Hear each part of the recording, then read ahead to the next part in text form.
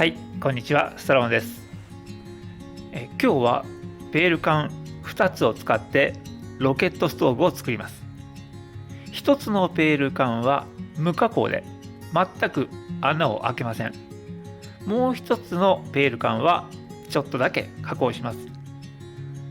今日はこの2つのペール缶と波板、これを使います。それでは行ってみましょう。まず無加工とは言ってもこの部分、このプラスチックね溶けちゃいますから、このハンドル部分は切り取っていきます。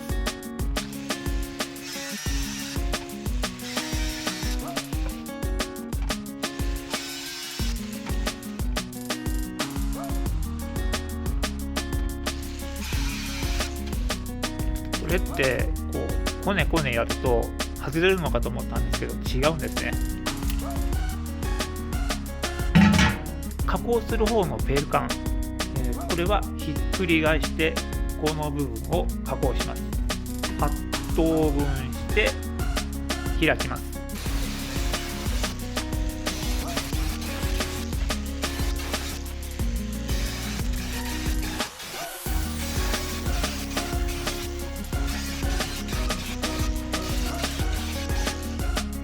はい、こんな感じです。で、これを開きます。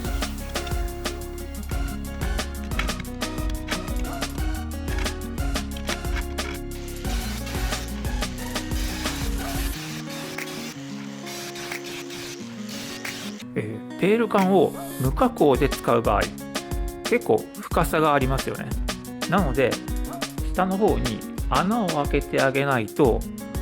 つまり下から空気を送り込んであげないと焚き火台として使うことは難しいと思います。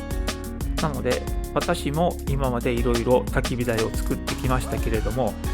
下の方に穴を開けるか、もしくは中に波板を入れて波板の隙間からね下に向かって空気を取り込むような、そういった仕組みを作ってきました。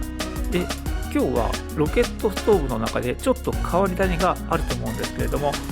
例えばこういったやつ、はい、これはペール缶は無加工でここに波板を突っ込むんですよね。こんな風に波板を突っ込むわけですけれども、そうするとペール缶ってバケツですから、こういう風に下の方が細く上の方が太くなってるんですよね。そうすると波板がこういう風になっちゃいます。上に向かってどんどん広がっちゃうんですよね。そうするとロケットストーブとしての威力が半減してしまいます。なのでどうするかというと、上の方をギュッと絞って適当なところに穴を開けて針金で縛ったりネジで留めたりして対応してました。かなりよく燃えるんですけど、隙間がね狭くなるんですよ。そうすると薪をね簡単に放り込むことができないっていうデメリットが発生します。なので今日はペール缶と波板を使いつつ、この部分のこの空いたスペース、ここをきちんと確保しつつロケットストーブと名乗ってもおかしくないような焚き火台にしてみたいと思います。これねラワンの合板の切れっ端です。寸法が長い方約90センチあります。ラワンのサブロックの合板ですからね。なのでこれを基準に考えて、とりあえずこれと同じ長さということは、この波板のねちょうど半分ですね、半分のあたりでカットしてみたいと思います。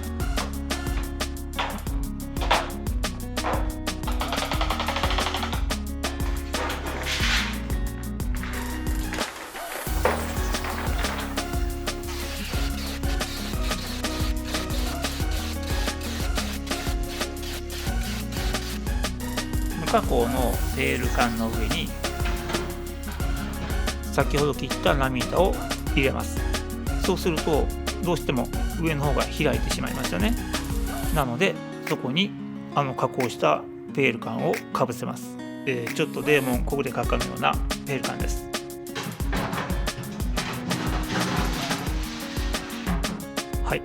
完成しました。デーモン小暮閣下で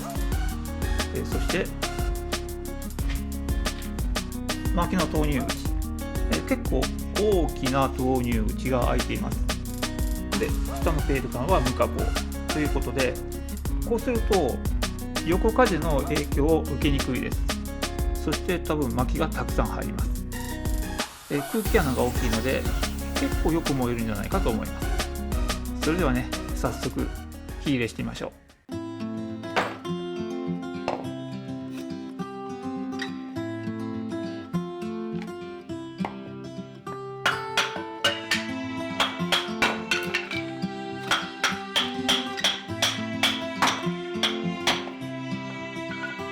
どっかの鳥みたいになりましたけど、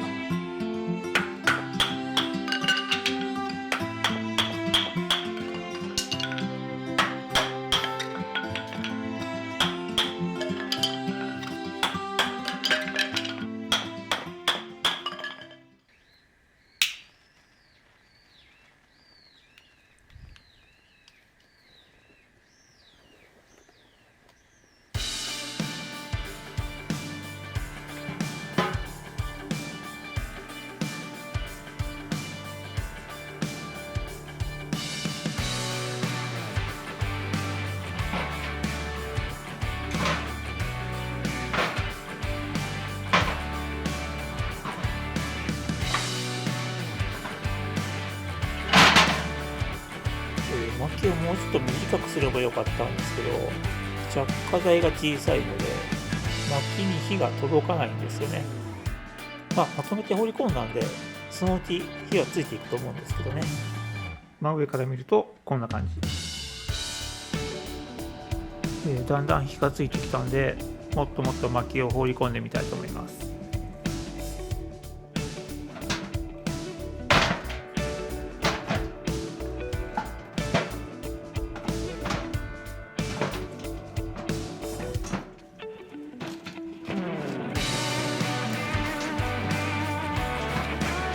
これから入れよう。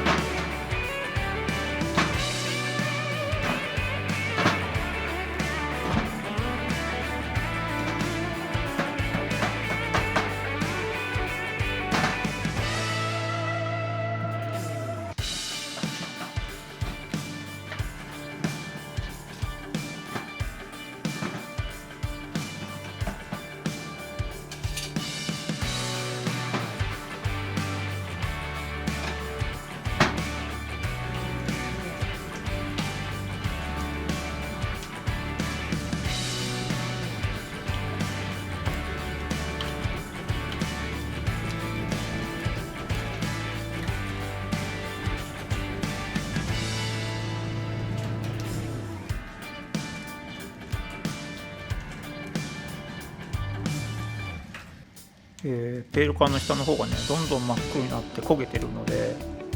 それなりのね熱はあるんだと思うんですよね。でもたくさん薪放り込みすぎましたかね。これなかなか勢いよく燃えてくれません。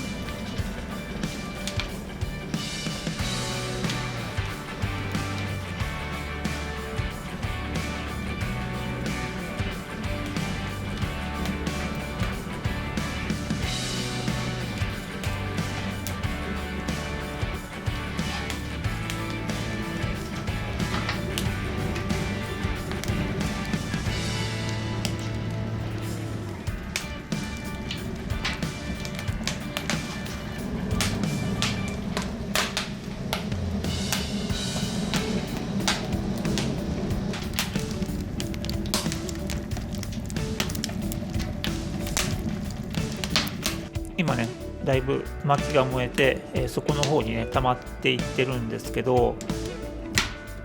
やっぱりこのペール缶から下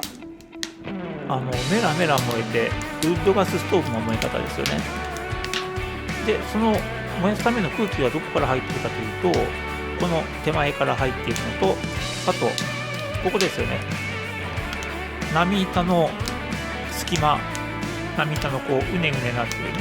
ね、そこの隙間から、下に空気が送り込まれて燃えてるんだろうと思います。今までもこういったタイプたくさん作ってきたのでね、多分そういった構造で燃えてるんだと思います。なのでこの焚き火台は勢いよく燃えるのが楽しみになってて、ここの窓からねメラメラ燃えている姿を楽しむことができる。で、煙がね手前に出てきません。やっぱりね上昇気流がねどんどん発生して、上の煙突の方に引き上げられていきますので、煙とかねそういったものは手前に出てくることはありません。少し離れたところからでもめちゃくちゃ暖かいです。これは結構ね実用的な焚き火台じゃないかと思いますね。はい、今ね火がほとんど消えたところです。あれだけあった薪もね、燃えて灰になるとこんなに少なくなってしまいました。そして焚き火台周辺ですけれども、いっぱいはぜてねたくさん、炭がねこちら側に散らかってますけれどもね、こんな感じです。これねやっぱりここですよ。ここね煙突が長くて薪が外にねはみ出しにくい構造だったので、上からどんどん薪放り込みました。その結果ここにねこの空気穴、ここにこう薪がいっぱいになるようなことになってしまいまして、それがどんどん燃えるもんですからね、どんどんはぜて手前にこう落ちてくるというね、そういったことが起きてしまいました。なので使い方としてはやっぱりね、ここのペール缶より下、あんまりね上の方にこう薪をね積み上げない方がいいかと思います。ロケットストーブとして設計はしたんですけれども、ここのペール缶から下はウッドガスストーブ、メラメラ燃えるいつものウッドガスストーブですよね。そしてここから上はやっぱりね煙突がしっかりしていて、この部分ねペール缶1個分プラスこの部分、デーモン小暮閣下の頭髪部分ですよね。